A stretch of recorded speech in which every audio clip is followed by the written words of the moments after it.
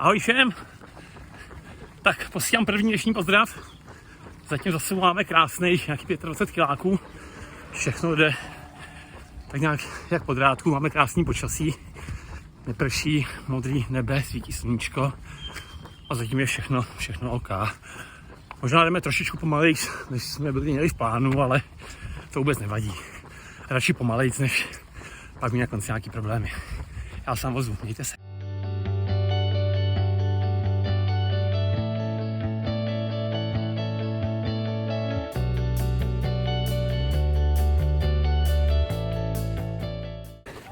Je to tady, vážení přátelé, 50. Mám za sebou 50 kiláků. Musím říct, že se cítím o dost líp než loni v Berlíně. Jako utahanej samozřejmě už jsem, to bych kecal, kdybych říkal, že ne. Ale myslím si, že to bude dobrý. Už jenom 2 padesátky, vidí Robo? Bojuje statečně. Už jenom 2 padesátky, k tomu nějaký drobný a budeme tam. Ale zatím se mějte krásně a já se zase nějak ozvu. Mějte se, čágo.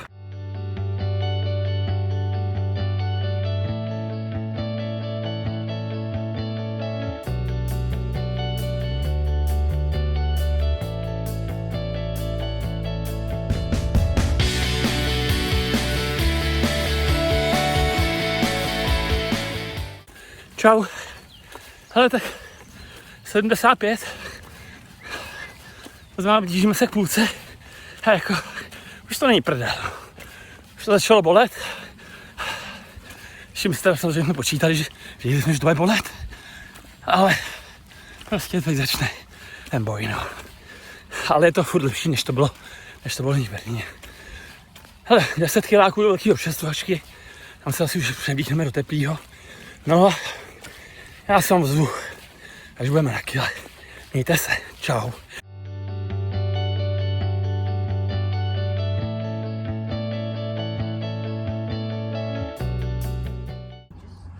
To trošku. Říkal jsem, že kilo, tak se hlásím, máme za sebou kilo. A super, protože Robo tu má bráchu, který tu žije a my jsme se s ním potkali na minulé občerstvovačce a on vám tady koupil čínskou polívku, takže výborný kuřecí vývar jsem do sebe teď nalil. Tam si zase teď něco na občerstvovačce a valíme dál, no. Hele, mějte se krásně, kilo za námi, už jenom 65. Ono bohužel jsou tady nějaký stavební uzavírky, takže to není 161, ale 165. A bude to boj, no. Bude to boj, ale my to vybojujeme. Mějte se, dobrou noc a já se zase nějak vozu, tak si stište zvonění. Díky.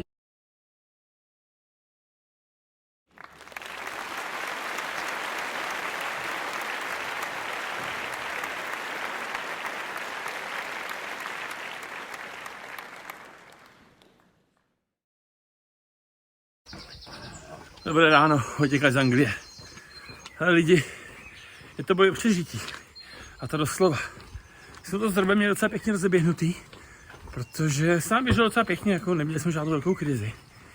Ale ta trať tady stojí úplně za hovno, no, za ten výraz, fakt jo. Tak buď to máte louky, které jsou totálně mokrý, a tam uzounký cestičky, kde se nedá v podstatě běžet. Což jako nás štvalo, ale teď bychom za ně byli docela rádi, protože ve 3 ráno jsme se museli brodit ve studené vodě do půl lejtek a samozřejmě nevíte, co v té vodě je, protože byla hnusně špinavá, no, takže se nezujete, že jsme tam prostě museli hupsnout i v botách, že jo. No jo, ale to byl ten nejmenší problém, jsme o tom zjistili. Následně jsme šli 10kilometrový úsek, kde jsme se chvilkama brodili bahnem až po kotníky.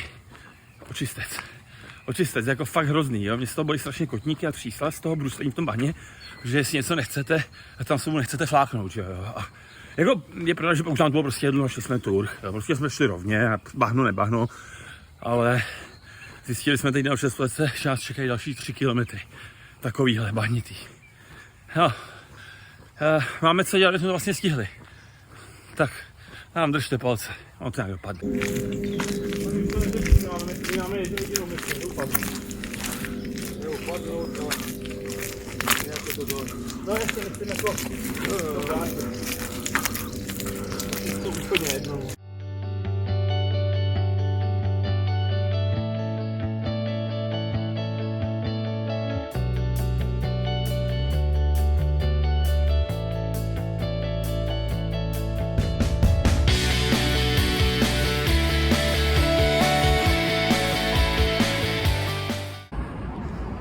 Jsem vám ráno říkal o tom blátu. My jsme v něm šli v podstatě celý den. Hrozný, očistec, jako fakt očistec. První kilo jsme běželi, tak nějak jako to moje 5+1 vesměs. A od té doby se dá říct, že vlastně jdeme a jsme rádi, že jdeme a jdeme tím blátem a prostě. Teď už ne, teď už je to dobrý, tady je to teď krásný a máme to 2,6 do cíle. Ale prostě jsme s Robem úplně KO, ale totálně. A jako shodli jsme se na tom, že já bych to nedal bez něj a on by to nedal beze mě.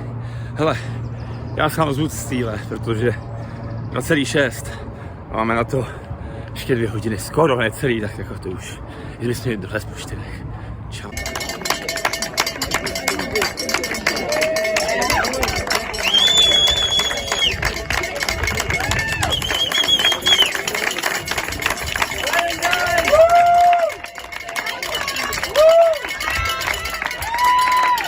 Hoši!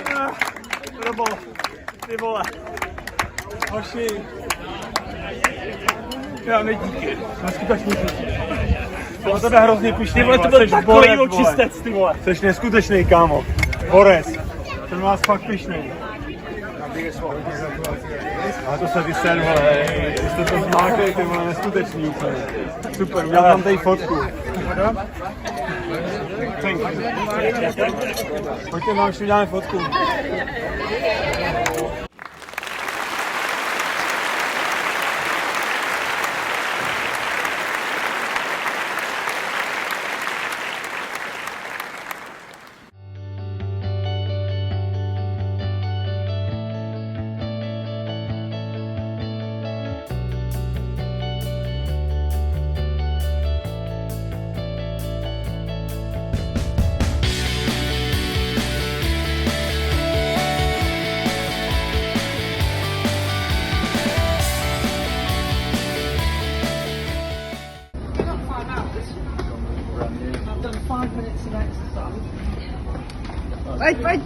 Pojď. Eskalátory nepoužívat.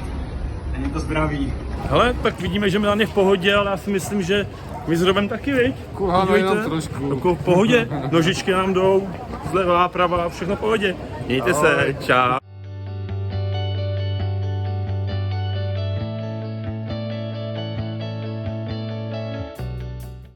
Čau. Naposled. Jsme na letišti. Za necelou hodinku nám to letí směrem do Prahy a je po vše. Mise skončena.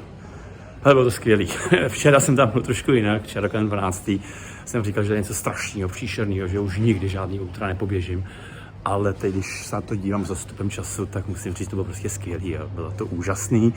Byla to další zkušenost. No. Byla to zkušenost, která je vždycky k nezaplacení, čím tam z těch letelí poletíme. A já se těším na něco dalšího, no. Prostě nějaký další mise budou. Budu se snažit teda vyvarovat se takovýmhle šílenostem. V blátě, no, prostě se mi nechce už brodit se v blátě, brodit se ve vodě, ale radši běhám po té silnici, ale když nebez zbytí, nikdy neříkej nikdy. Chci vám všem poděkovat za to, jak jste fandili, jak jste posílali zprávy, bylo to skvělý. Vždycky to tomu člověkovi, který je na dně, tak mu to pomůže, když vidí, že někdo mu fandí, že mu se snaží posílat nějakou energii a je to hodně povzbuzující. No. Musím strašně poděkovat Milanovi Šumnýmu, který krom toho, že běžel taky a všichni to nevíte, tak byl 3., takže na bedně a celkově a ve své kategorii byl první. Je to prostě blázen, je to šílený blázen.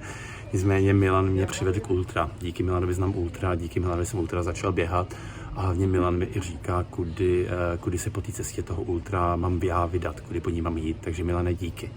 No a musím poděkovat Robovi, jo, protože Robo je skvělý parťák do nepohody a bez něj bych to nedal. Jako sám nedal bych to ani náhodou. No, prostě na této misi samotný člověk, to je strašně těžký a obdivuju každýho, kdo tam byl sám a dal to. Hele lidi, mějte se krásně a já zase z těch zpráv poskládám nějaký YouTubeový video, proložím to nějakýma fotkama, který dostanu od Roba, od jeho bráchy a to vám ještě pošlu, no pak se zase ozvu, až bude nějaká další mise, nějaká šílenost. Mějte se.